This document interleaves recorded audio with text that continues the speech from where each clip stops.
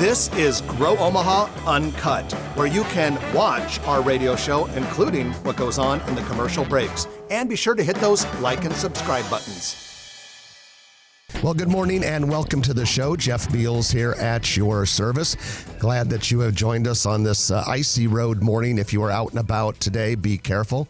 Main roads are not too terribly bad, but the side roads are still a little bit dodgy. At any rate, we are brought to you by Dingman's Collision Center, along with Cheer Athletics, the nation's #1 all-star cheer gym.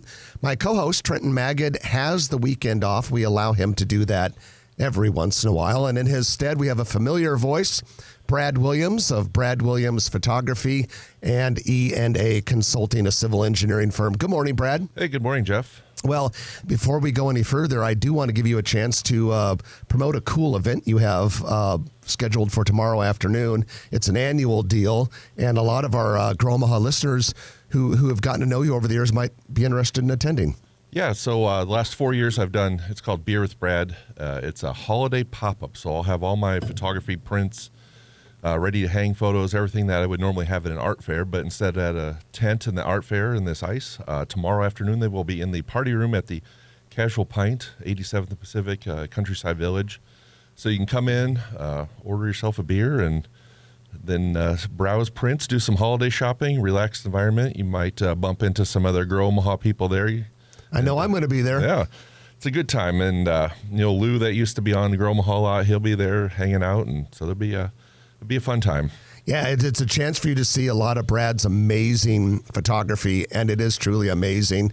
It's available for display or for sale, and then it's always a good time. Beer with Brad tomorrow, 1 to 5 at Countryside. Yeah, and you don't have to buy anything. You can just come in and look. It's no big deal. And I have a little bit of everything, so small little prints that you could quickly get and give to someone, or if you need a big piece for the wall, I'll have a little bit of everything. Yeah, well, I'm looking forward to it, and hopefully some of the Grow Omaha listeners will come join us tomorrow, 1 to 5, Beer with Brad at the Casual Pint in Countryside Village. Well, let's go straight into our news, Brad. And as everyone knows, our news is brought to you by Eagle Mortgage, eaglemortgagecompany.com. And I got to tell you, I had the privilege last night of attending the Eagle Mortgage Christmas party. I always love the Eagle Mortgage Christmas party. Todd Schneiderwind is married to Holly Schneiderwind. They own it. Holly runs the place. And Todd and I are longtime friends. And, they're a longtime sponsor here. Todd and I actually work together at NAINP Dodge doing commercial real estate. And my wife has a mortgage broker license. She doesn't really do it much anymore. It's always been a part-time thing. And she just kind of does it in case she wants to do it again sometime in the future. But she has her license with the Schneiderwinds at Eagle Mortgage. It's just such a great, great company. But last night we got together, and it was tricky with the ice getting to the restaurant, but had a great time. Well, more importantly than that, though, if you were thinking about buying a house, and a lot of people are, we're at the end of the year. Some people are thinking, hey, 2025, that's the year I'm going to go get a new house. One of the first things you want to do is contact Eagle Mortgage. You can see them in person at 114th and Davenport, or online at eaglemortgagecompany.com. That's eaglemortgagecompany.com. All right, Brad, the big news this week, it was announced that FNBO plans to sell its 22-story 1970s-era main bank building to new style development for redevelopment. Yeah, that's kind of been a rumor that we've been hearing for the last 6 months or so, the better part of this year. And I guess why, we heard the rumors, I was still a little bit surprised to see this announcement come out, but it's going to be cool. It'd probably have some awesome views. I've been up to the press club a couple times, and you can pretty much see all of downtown and surrounding areas from up there. So I think it's going to be a really cool project when it's done. Yeah, I agree. New Style wants to turn it into 300 apartment units. The press club that Brad just mentioned will stay, and they will be a tenant like they always have been on the top floor. But then you'll have the apartments on most of the floors. Now, it's my understanding that New Style will really invigorate the bottom 2 floors, and those are going to be commercial. And I think that makes a lot of sense because with all of those, if you got 300 apartments, you'll probably have about 450 people living in there. So you'll actually have some people there that could be customers to the retail on the bottom 2 floors. Yeah, and the bottom 2 floors are also connected to the DoubleTree Hotel next door, and to the south, they're connected by tunnel to the First National Bank Tower. So there's more than just those 450 people that are going to be in there on a daily basis. So I think it really could be kind of the hub for the area. Oh, yeah, definitely. And you may be wondering, why is this even happening? Well, FNBO has moved all of their people out of that building. When they opened the tower in the early 2000s, they had the tower full and that building. Well, they don't need as many people down there because of work from home and hybrid schedules and not as much square footage per worker as there used to be.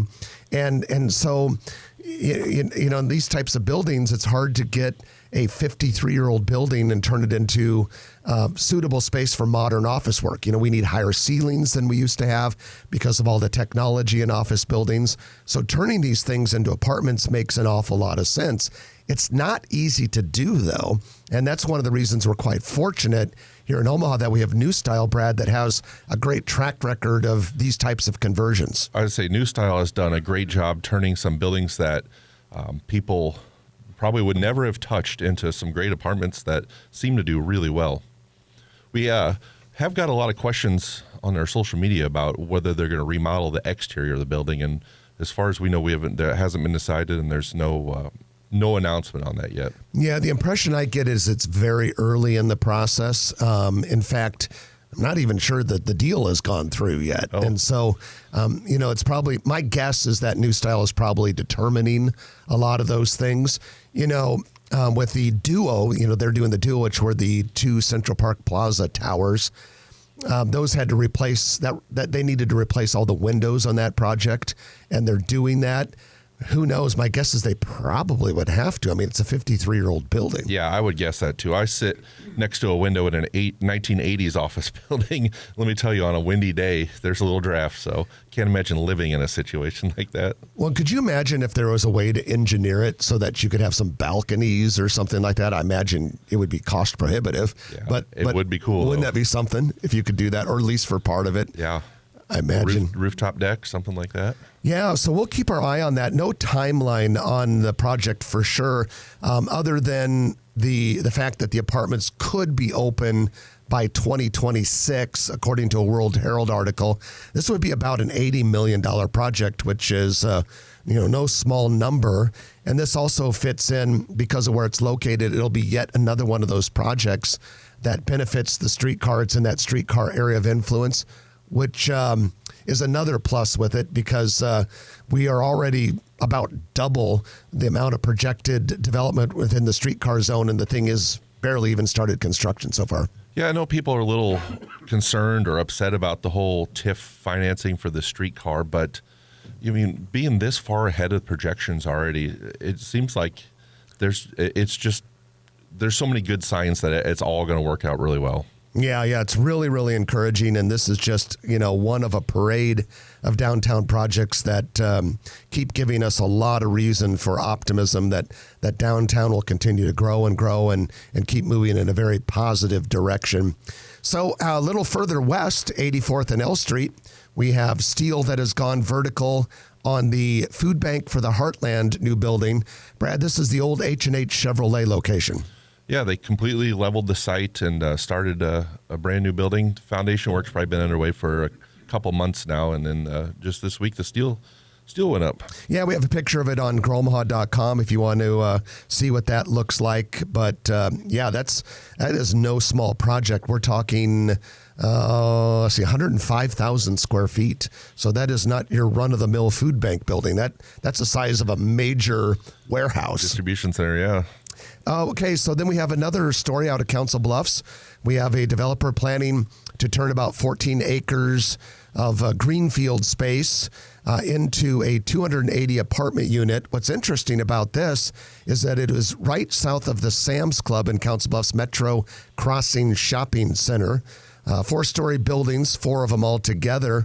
And, this is kind of a just kind of a forgotten area that was built around as time went by. Yeah, this particular lot, I think, has been vacant, so to say. I mean, there's not like it's been farmland or anything, but this is another project in that whole like Lake Manawa area that has been either under construction or announced in the past year. And I think just the proximity to Interstate 29 with all of their new shopping around there, I think you're just going to see more and more of these residential projects in that area. Yeah, it makes a lot of sense.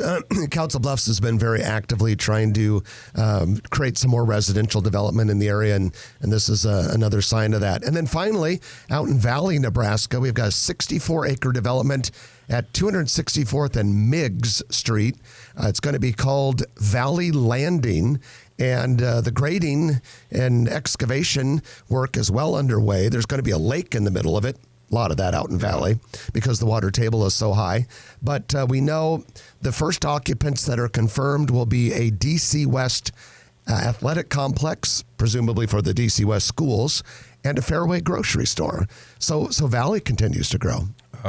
There's another athletic complex going right across the highway. So Valley's quickly turning into the sports complex capital of eastern Nebraska, I think. Yeah, definitely a lot of youth sports out there. And ladies and gentlemen, that is your Eagle Mortgage news of the week.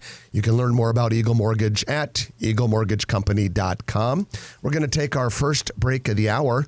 And when we come back, we're going to bring on Eric Miller. He's a senior transit planner with FHU's Omaha office.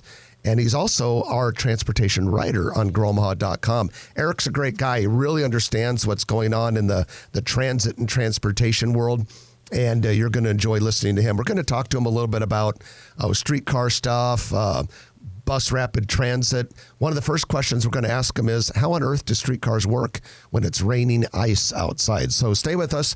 Eric Miller is coming up. We have Brad Williams in for the Vacationing Trenton Magid. The show's brought to you by Dingman's Collision Center along with Cheer Athletics. And we'll be back in a moment right here on News Radio 1110 KFAB. It's not as bad as that one day. You remember that one day when Scott Voorhees said I sounded like Barry White? Not quite as bad as that. Is that the one I let you have my coffee? Yeah. That was bad. That was really bad. This one's kind Is there a water fountain in here? Huh? Is there a drinking fountain in here? There's a cooler jug out there, yeah. A jug. Yeah. I thought I was sitting there talking. Yeah, there's a water there. By the way, Jim, we'll just do Girl Omaha reruns this week. Fair enough. Oh, for the minutes? Oh, for the minutes, yeah. A crummy rerun? I always call them crummy reruns. Yeah, because of the crummy commercial. Story. Yeah. A crummy commercial? A crummy commercial? So whenever we do reruns, it's always crummy. Is that the one you said, son of a bitch? Right here in Omaha at Eagle Mortgage. I got to make sure we're a little ahead of schedule, actually. Yeah, lines are open. Okay. We are ready for you. Yeah, you can. Okay. It's frowned on, though. I mean, if it's the title of a movie you're talking about, you got that movie Night Bitch that's out. You ever seen George Carlin's Seven Dirty? Those are the words you're not allowed to say. Yeah, okay. Other ones are frowned upon. Yeah. Please try not to use them. Yeah. Got it. If it's the title of a movie, I mean, you're not going to use it. Yeah, you're not going to get a lot of heat for that. 15 years of doing this show, and I finally had to ask her where the water was. You made it a long way. I did. Wow. 1110 KFB. Yep, we've been expecting you. I sent him a text saying we're ready for you. Nice. Thank you. Well, that's not as impressive. All right, I got him. He's on line one. Alrighty. At Dingman's, we'd rather be the best than apologize for anything less. The holidays mean more travel, more shopping, and more personal. So I think we'll have about 2 segments, and we can just ask him anything about transit. All right. He you can talk about anything. He's very, very, very knowledgeable. So you talk to him a lot. Don't face drained accounts, fraudulent loans, or financial loss. He wasn't on the show before, was he? He was, yeah. 2 months ago? 3 months ago? Is it that recent? I think so. Did he call or was he I on? think he was here. He was in, yeah. I didn't realize it was that recent. It could have been longer. Everything has flown by so fast. I know, yeah. I think it was like maybe midsummer, which is I guess 6 months ago. Yeah. Well, I have this, to me, like I always say, 10 days till Christmas. I always say like, it was a few months ago, and people are like, no, Jeff, it was a few years ago. That's the way I go. I always used to think things were more recent than they were. Well, that's fair. Well, you have a lot of guests come and go, so. Yeah. All right, 30 seconds. Okay. Hello, Omaha fans. This is Krista Gilson, Gym Director for Cheer Athletics Omaha. Do you have an athlete at home that wants to start or improve their Healthier with every bite. taking set skills to the next Over a level? million pets We have helped the with best coaches in the Dynamite. region to help you develop those skills. Has your athlete ever considered joining All-Star Cheer? We offer novice, regional, and national co-ed teams that compete with the best teams in the country. Go to caomaha.com and come join the All-Star Cheer. All right, here we go. Alrighty. Where champions are made. U.S. Senator Deb Fischer on the drones, some interesting information, and on the Trump nominees and more. Podcast link, morning news page, KFAP.com. And welcome back to Grow Omaha. Jeff Beals sitting next to Brad Williams. Brad is substituting for Trenton Magid. We're allowing him to take a well-deserved weekend off. Brad, of course, with Brad Williams Photography and ENA Consulting, a civil engineering firm based here in Omaha. We're brought to you by Dingman's Collision Center and Cheer Athletics. Cheer Athletics is the nation's #1 all-star cheer gym, and that is soon to be an Olympic sport. Great opportunity for your kids or grandkids to get involved, learn leadership, learn competition, develop lifelong friends, and develop an awful lot of great memories. Cheer Athletics Omaha is located in Papillion, near Highways 50 and 370, and we highly recommend Cheer Athletics. All right, we've got our friend Eric Miller with us on the hotline today. Eric is Senior Transit Planner with FHU, a company that does a lot of transit engineering and planning around the country, and he, of course, is in their Omaha office. And Eric is also the writer of GrowOmaha.com's transportation column. Eric, good morning, and welcome back to the show. Good morning. Thanks for having me on. Well, it's good to have you back. And first of all, before we go much further, why don't you, for those people who haven't read your column on our website, tell people what they can find if they check out your transportation articles. Yeah, absolutely. So I must admit it's definitely transit bias because that's the profession that I'm in. That's what I focus on. And what I try to do is bring everybody up to speed on what's going on with transit issues in the Omaha area, and including the streetcar project and other projects that are going on, and then also just some thoughts on other things that are happening nationally and how that could influence what we're doing here in Omaha.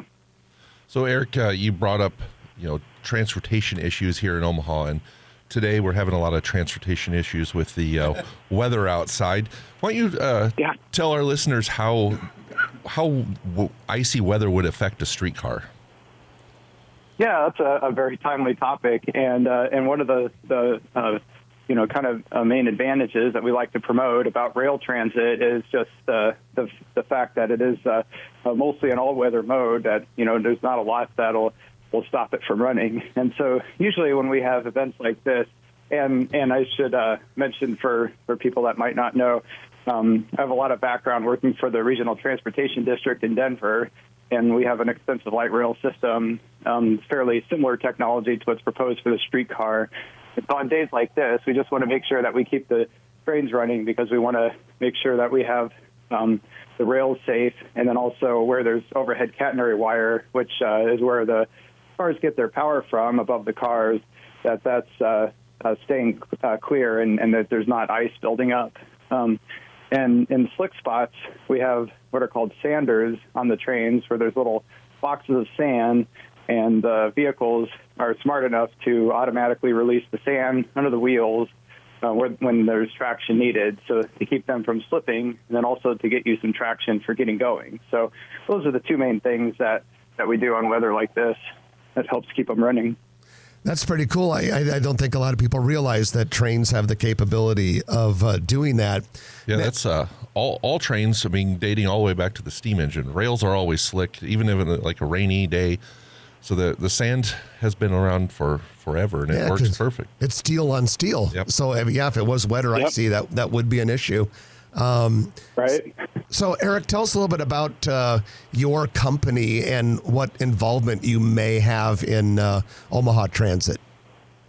Yeah, absolutely. So our company FHU is headquartered in Denver, and so that's where I started working for them was in the Denver office, and then decided to move to Omaha and try to promote more work here and get as there are more projects coming up. And so some of the things that we've been focusing on are and my experience most is transit planning. So that's planning new future corridors that are coming up, and then also one of my specialties is doing the operations work for it. So figuring out how these are going to run, how much they're going to cost, the operators that we need to staff them with, and then how are we going to get the funding, that sort of thing. There's a lot of intricate things that come in, but we've currently got some work in Omaha, Council Bluffs, and Lincoln for the transit agencies there. So that's been really very interesting. So, and just so the listeners know, you grew up here. You have a very long time history with you know a lot about the history of the area and the streetcar. So it's not like you're coming in and just learning about our city. How about giving us an update on the current work? I see that the bridges are kind of the next thing on the list for, we've been doing utilities for a while now. Now they're going to start looking at a couple bridges. Yeah. So, and as I mentioned, I'm involved a little bit in the Omaha streetcar work. Obviously, HDR has a lot of that work, but I've been helping out with some of the operations stuff, and it's getting very exciting because it's really getting real. You probably noticed the utility work that's going on out there. In 2025, we'll get into more of the serious construction work. The mainline track construction will begin in 2026, but what we're going to see this year in 2025, that's kind of a big deal, is the replacement of the Harney Street Bridge over I-480. And so that's to allow the streetcar track to go over the bridge. And this bridge is designated for replacement within 5 to 10 years anyways. And so this is a good time to replace it for the streetcar. And then next year, we'll have the Farnham Street Bridge replaced in 2026. So they're kind of the big mainline projects that you'll start seeing out there. We're talking with transit planner Eric Miller with FHU. And Eric, so it'll take 2 years to completely rebuild the Harney and Farnham bridges over Interstate 480. Will we see other actual streetcar construction in other parts of the 3.5 mile route while those are going on? Will we see any steel rails going into concrete before the two bridges are done? No, not yet. Like I said, that'll start in 2026. And then, ongoing is the utility works I mentioned. But what'll be really interesting is down by the CHI Health Center, you'll start to see the vehicle maintenance facility take shape, just kind of right there underneath the I-480, just to the north, squeezed in there between the I-480 overpass and CHI Health Center, which is called the Mecca Lot A, the parking lot right now. And we're doing the site prep work right now for that. The bids are due for the actual construction of it this week, so we'll announce soon who gets that, and that'll get started here soon, and that'll go through 2026, and our vehicles will start arriving in 2027. So we'll have the vehicle maintenance facility done just in time for that. So it'll be exciting. Oh, okay. So I was down there about a week ago and saw all that dirt work there. That's just site prep. That's not building the actual building. Right. Yeah, just some basic site prep, including utilities and getting the parking area rearranged and the curb and gutter stuff. And then we'll get into the real construction early next year. Then where on this timeline do the streetcar stops start coming into play with the construction? Like the stations? Yeah. Yeah, those. Yeah, and they're called stops or stations. With streetcars, they're more like what you'd see kind of like an orbit bus stop. Definitely more than your traditional just bus stop sign, but not as extensive as like a light rail station. And they're spaced closer together than light rail lines. So usually we call them stops. Those will probably start coming up in late 2026, early 2027, along with the rest of the line. For anyone that's been to Kansas City recently, if you go down Main Street, you can see their construction, which is quite extensive. They're going to open their extension along Main Street next year. And but yeah, that all kind of comes together with the mainline track construction at the same time. Okay, Eric, we're going to have you, if you don't mind, stay with us. We have to take our middle of the show break for the news. There's a few other things we want to chat with you on the other side, okay? Yeah, absolutely. Looking forward to it. Okay, this is we've got Eric Miller with us, Senior Transit Planner with FHU in Omaha, and also the writer of our transportation column on growomaha.com. Got to take our middle of the show break. We've got Brad Williams in here substituting for Trenton Magid. We're brought to you by Dingman's Collision Center and Cheer Athletics. And we'll be back in a moment right here on News Radio 1110 KFAB.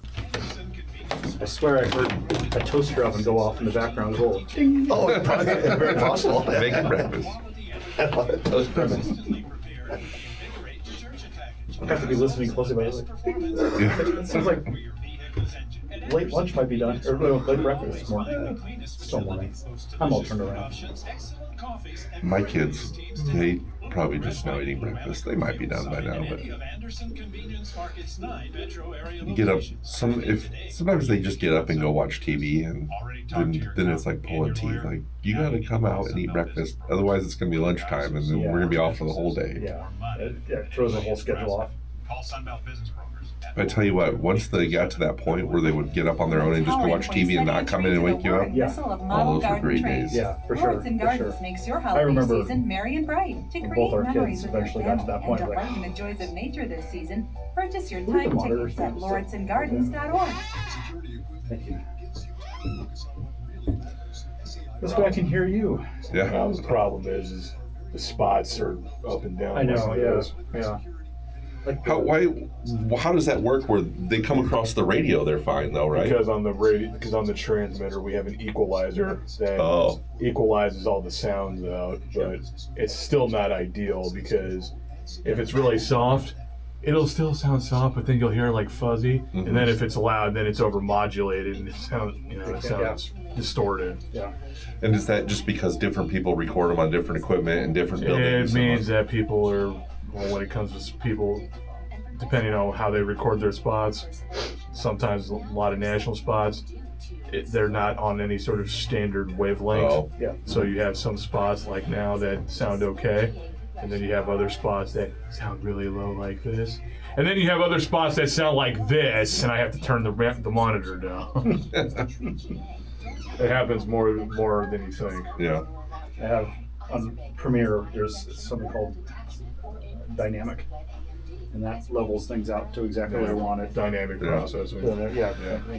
Premiere's crazy. I mean, like, if Premiere can do this much stuff, I know like this much, and every once in a while I'll get on YouTube to learn how to make something for YouTube about Premiere. I love Premiere. Yeah, I do too. I remember when Premiere was Cool Edit Pro. And what's funny is we still use Cool Edit Pro in the big studio. Cool Edit Pro, when was that? Oh, that was like early to mid odds. Wow. Yeah, and then Adobe bought them, and then that's when it became Adobe Premiere. Cool Edit I know we're Pro. going to talk about with Noddle. That sounds like it would come out about the same time. The as Noddle Final section, Cut. they don't really have anything. Oh, you said you don't know. Yeah. Unless that bank thing is true, but I want to see if I can find any evidence of it. I had no idea that the trains and rail cars would drop their own sound. Yeah. Sound, I mean. It's funny if you're by train tracks and you see every once in a while, especially like in a switchyard or a terminal, you'll just see piles of sand by the two rails. They've That's got true. to shut them off. Or, sometimes you do. Interesting. Now I'll know what that is. Yeah.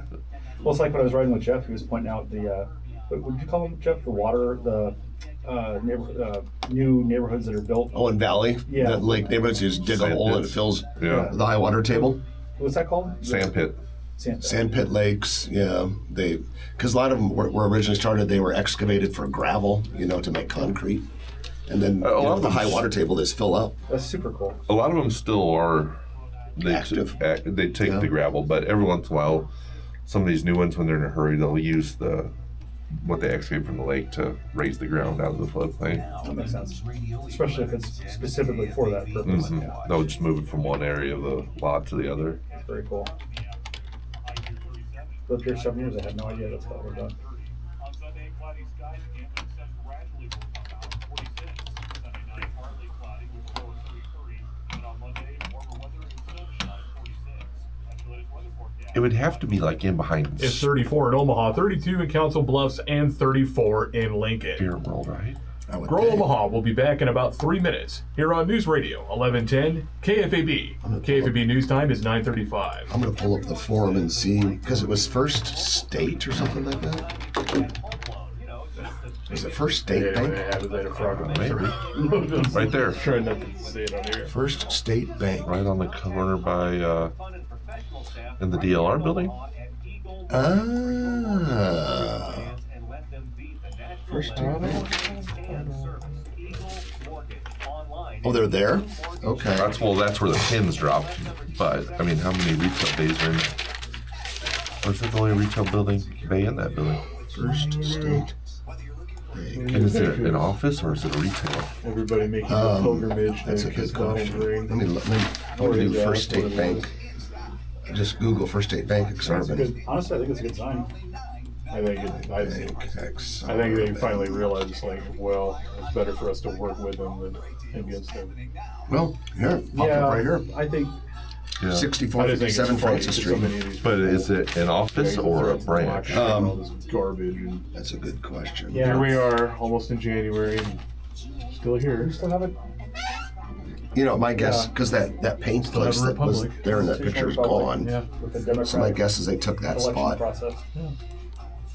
It grates on me when I hear democracy. We won't specify. We'll just say in the DLR building.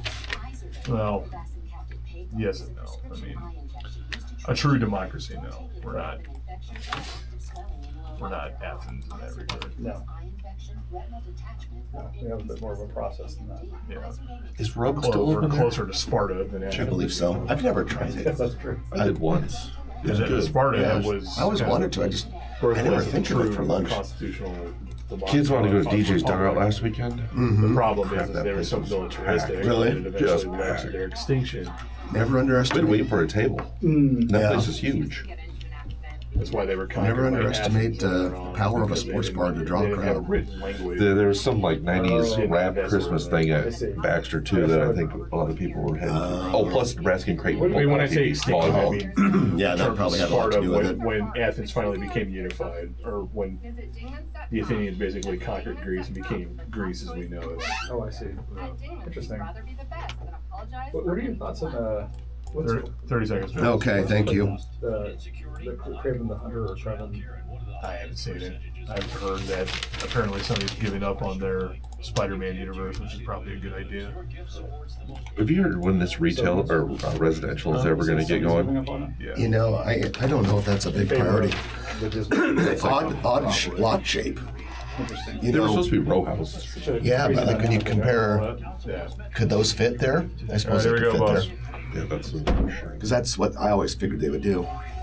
Listen to News Radio 1110 KFAB anywhere, about 6 lots left. on your free iHeartRadio app. All your music radio podcasts. And welcome back to the show. Jeff Beals at your service. Trenton has the weekend off, and so in his stead, we have Brad Williams of Brad Williams Photography and E&A Consulting. Brad does a lot of stuff for us at Gromaha, and probably the most common is substitute host. Yeah. But at any rate, we're brought to you by Dingman's Collision Center and Cheer Athletics. Dingman's has 4 metro area locations. Take such good care of your car. You know, if it's a big accident, yep, they do that. If it's a fender bender, no problem. If it's just scratches and door dings, they'll fix that too. I guess they have a busy week coming up this week. Oh my gosh, I didn't even think about that. After last night. Dingman's better be ready to work overtime coming Monday. Yep. Oh my goodness, yeah, they probably are going to have to. Hey, we've got our Noddle Company's Commercial Real Estate Development Spotlight of the Week, brought to you appropriately enough by Noddle Companies. This is when we talk about things happening in or around one of Noddle's many area developments, and they've got a lot of them. Exarban Village, Builders District, Village Point West Medical Campus, Steel Ridge, River's Edge, and Council Bluffs. Noddle Companies is one of those firms that has played a huge role in making Omaha what it is today. And today we talk about perhaps their best known development, Exarban Village. And at Exarban Village, we have a new bank. It is called First State Bank. The actual address is 6457 Francis Street. And this is right in the DLR building. And I tell you, Brad, Exarban Village, they just keep getting better and better and better. Yeah, we seem to end up there quite a bit. There's always something going on, or just visiting one of the restaurants down there. But it's a great place for the whole family. And First State Bank is based out of Lincoln and serves a lot of southeast Nebraska and now Exarban Village. And that is your Noddle Company's commercial real estate development spotlight of the week. You can find out more about Noddle by going to noddlecompanies.com. Well, we have Eric Miller with us. He is our columnist who writes about transportation on the Grow Omaha website. He's also senior transit planner at FHU in the Omaha office. And Eric, I wanted to talk to you a little bit about what might come next. You know, we currently have this streetcar system terminating on the west at about 39th Street, and we keep hearing that it could be extended into the Med Center sooner rather than later. Anything new on that front? I haven't heard anything recently, but my understanding is that we're still working to get that going so that we can open that at the same time as the rest of the line, because it's not a very far extension. It's just a little tricky one because we have to figure out some grading issues and where exactly we want the stop so that it works well for the UNMC campus. But it's going to be a really, really good one to have because there's a lot of employment there, a lot of need to have a good transit into that site. And so that's something that we want to try to take care of here in the next few years before we open, so we can extend it into there. So you brought up the grading issues, and Farnham Street right there is pretty steep. Is there a maximum grade for streetcars? We're gonna, as this line extends to different parts of town, is that something we're gonna have to take into account where these lines go? Yeah, absolutely. I mean, there's some places that we've got steep rail transit. Like there's a section in Salt Lake City that comes to mind over by the University of Utah Stadium. But generally, you want to stay under 5% grade. That's ideal, especially when you have days like today where you're slipping more, things like that. Otherwise, if you get past that, then you're looking at cable car technology or something else. so yeah. So, Eric, we keep talking about, okay, what would come next? Do we go North Omaha? Do we go South Omaha Zoo? Do we go airport? And then, of course, Council Bluffs really is interested in extending the line over the river all the way to their downtown. And lately, if you look at a lot of commercial real estate development news coming out of Council Bluffs, a decent amount of it is on what they call this First Avenue Trail, which is essentially where their streetcar line would go. It's almost like some of these developers are hedging their bets that might happen in Council Bluffs someday. Yeah, absolutely. And I should mention that, one of my recent articles covered some potential extensions. And I should note that a lot of these extension options that are kind of close into downtown could also be good, like BRT options, where you could see something kind of like an orbit. So you have to decide on the right technology, just like any transit corridor. In Council Bluffs, they're very much interested in the streetcar. We're currently doing what's called a planning environmental linkages study, which is kind of a environmental study that follows the Federal Transit Administration's guidance so that we can seek federal funding to build that corridor. And so we're following all the steps. And as part of that, we have to start from scratch and say, okay, we just want to connect downtown Omaha and downtown Council Bluffs. How should we do it and where should it go? And so we've had a public outreach meeting that we'd had in October, and we kind of have to let the study follow that. So we can't come out and say, let's put a streetcar on First Ave, even though that's what the city absolutely wants. We kind of have to take a step back and then make sure that that is what makes sense and what comes out of this alternatives analysis that we're going to be getting into this year, which will look at the different options. We're going to look at the costs and how it meets all the project goals and things like that. But very exciting to get to this point because we're getting closer and closer to a potential extension there into Council Bluffs. So what kind of environmental study do you have to do when you have a strip of land that was railroad tracks from the 1800s all the way up till about 5-6 years ago when they finally ripped them out to put railroad tracks back in? What kind of, I guess I don't understand why so many studies on the impacts would need to be done. Yeah, absolutely. And that is definitely one of the hurdles and what makes transit projects take so long these days than before. But it's probably less saying like, let's see what the environmental impacts are, but more like making sure this is what the community wants and this makes sense. You just kind of have to go through that and just note everything so that the FTA is in agreement with that. So it just takes a little bit of time. But this is we're trying to do this a little bit faster than other studies. So try to get through that red tape a little bit. So a lot of the listeners probably don't know this, but Eric and I have gone way back, and we're both really into railroad history, and we know a lot about the railroad history of Omaha. And we talk about how many rail lines that crisscross the Omaha metro area that were ripped out that would be perfect for, if they kept the right of ways intact for light rail and stuff like that. It's interesting to see now we're going backwards and putting some of these things back in. Yeah, some of our bike trails now, Eric. Yep. Yep. Yeah, and I, one of the things I like to do for recreation is go running, and I'll go running on a lot of these old rail trails, and sometimes I think like, oh, this would be a cool transit extension through here, or this is how this could make sense, and that sort of thing. It's fun to think about. Well, and aren't we talking about a possible, it might not be rail, it might be BRT, which is Bus Rapid Transit. Aren't we talking about an extension from the North Omaha Transit Center on Ames down to Midtown, like in the Saddle Creek area? Isn't that kind of on the drawing board? Yes, yeah, that's called the Beltline, and that's one of those that I mentioned could be either bus or streetcar, kind of depending on, I want to do this analysis and figure out what the community wants, what makes sense, and do a cost analysis. But yeah, absolutely. Well, Eric, we appreciate you joining us, and we also appreciate you writing these columns for growomaha.com. And for those people that haven't read them, you're really missing out. Eric is one of the foremost experts on transit in the Omaha area and a very good writer. You will be a lot smarter after reading one of his columns. And the current one and all of the past ones are available on growomaha.com. Eric, appreciate you joining us, and thanks for all the good work you're doing in making Omaha better connected. You bet. Yeah, thanks for having me on. I appreciate it, and thanks for all that you do as well. Well, that's our good friend Eric Miller, Senior Transit Planner with FHU in the Omaha office. We're going to take our final break of the hour, and when we come back, it's going to be the Perkins Kreitzer Construction Lightning Round.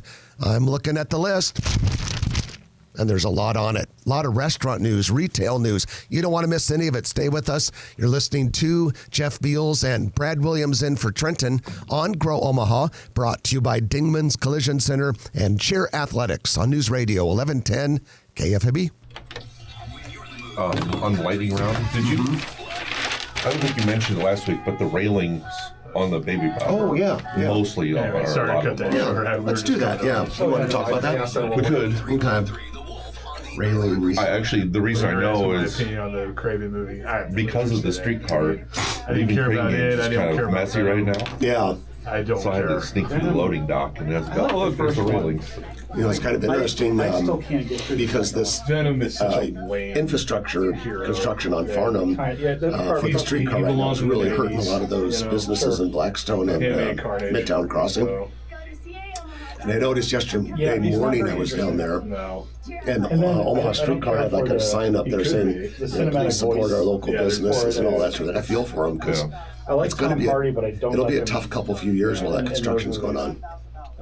Good thing about the Blackstone, I feel like, though, is, most people are used to going there or used to walking a couple blocks. You never park right in front of your business that you go to. Like Blackstone, I think will weather the transition faster. I tell you what, though, Midtown Crossing, when the streetcar finally does open, will be one of the biggest recipients or benefits of this, because it's a great area. It's always been kind of the betweener, no man's tweener land. That will no longer be the case. And my guess is that when that thing finally opens, it'll blossom. We were just noticing the other day a couple. There's not a lot of then they got Modern Love going out. They haven't replaced Lead Belly yet. No, we were trying to think of the name before Lead Belly. Ingredient. He's like, remember that? It's not a bad place. 30 seconds. We went there quite a bit when we lived down there. He's like an animal powers. I like the place because you could get healthy food and party food too. Then they rebooted him, and he was like, he has animal powers, but then he was like Steve Irwin reject, which actually kind of was restaurant thing on the end that's so empty. Well, I've heard there are a couple other that tenants was actually a good idea to replace. Right now, I hope that's not true, but heard it. Hunter guy. Yeah. All right, here we go. All right. Listen on our free iHeartRadio app for all your music, sports, talk, and podcasts. Free.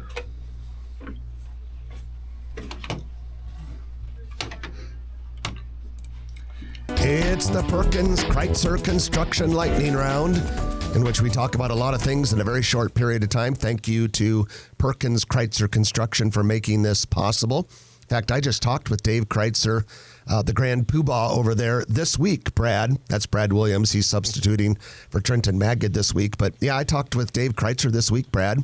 And he told me, he said, hey, there's going to be some big news coming out on one of Perkins Kreitzer's construction projects, and that is Miracle Hills Shopping Center. This is the one on the west side of 114th Street that has gone through the extensive renovation. And we told you earlier that Draftcade and Funny Bone and Hawaiian Brothers are all going there. He said, Dave said, the big news there is that Perkins Kreitzer Construction is going to be starting renovations and build out very soon for the triumphant return of Guitars and Cadillacs. This was a place like back in the day. You're old enough. Yeah. Back in the day, Guitars and Cadillacs was an Old Mill South, a real popular, real big country western dance bar, nightclub type place. And they went out of business in 2003. And now this is, I think there's like a Marriott Town Place Hotel there now and a hair place. But this was big. This was big back in the day. They're coming back. They will be in a space that was once occupied by Cilantros in Miracle Hills. And it looks like opening should be late spring or early summer. And that is your Perkins Kreitzer construction announcement for the day. If you want to learn more about Perkins Kreitzer, just go to P-C Construction or at P-C-construction.com. So judging by the comments on our Grow Omaha Facebook page, I think there's a lot of people looking forward to going back and reliving their glory days once this place reopens. Glory days. Some of those people don't quite have the dexterity, balance, and flexibility they had when Guitars and Cadillacs was open the first time. They'll want to go home at 10. We'll see how they do. And they're going home at 10. Hey, Brad, we got some construction progress with the Baby Bob Bridge at North Downtown. The railings are finally going on, so hopefully by the time this ice melts and warms up in a couple weeks, and you'll be able to go from 10th Street all the way up and over the Baby Bob, the Big Bob, and over into Council Bluffs. It's getting really, really close. Hey, the former Red Lobster restaurant in Metro Crossing Manawa Power Center area of Council Bluffs is becoming an IHOP. So just when you thought a building couldn't go any lower than Red Lobster, IHOP says, hold my beer. No, just kidding. There's nothing wrong with IHOP or Red Lobster. Same company, though, right? Same are they? I believe they have the same parent company. Don't quote me on that. That would make sense. So. Well, on the other side of the restaurant spectrum from IHOP is Pivot Prime, a new steakhouse concept that is going into the old Mahogany Prime Steakhouse building, 136th in California, just north of Dodge. And Pivot Prime will be from the same owners as Salted Edge, the very popular restaurant in West Shores. What is that, about 240th and Dodge, I meant to say? In that range. Basically where Dodge Street turns. Yeah, so that is going to be a real nice addition to that area. Santoro Restaurant officially announced a February opening date, 8601 West Dodge Road. This is the restaurant owned by Jesus Rivera. He's the guy that ran Rivera's Mexican Food at 120th and Blondo, which was very, very popular. And a lot of people were quite broken up when Rivera's went out of business. It's kind of coming back. Yes, I'm really looking forward to this one. I like the new location. Jesus and I go way back in the Guitars and Cadillacs days. What? We worked next door together at Gersani's. You're kidding. Yeah. So you worked, he worked for Gersani's and he was the kitchen manager. Really? When I started there. What'd you do at Gersani's? Waited tables, bartended. Really? I just went there and ate the little bread that warmed on top of those those candles. It was great. That and the tomato soup are the two things people want back. We've got Corn Coast Brewing, a Lincoln-based brewery, plans to open a tap room in La Vista.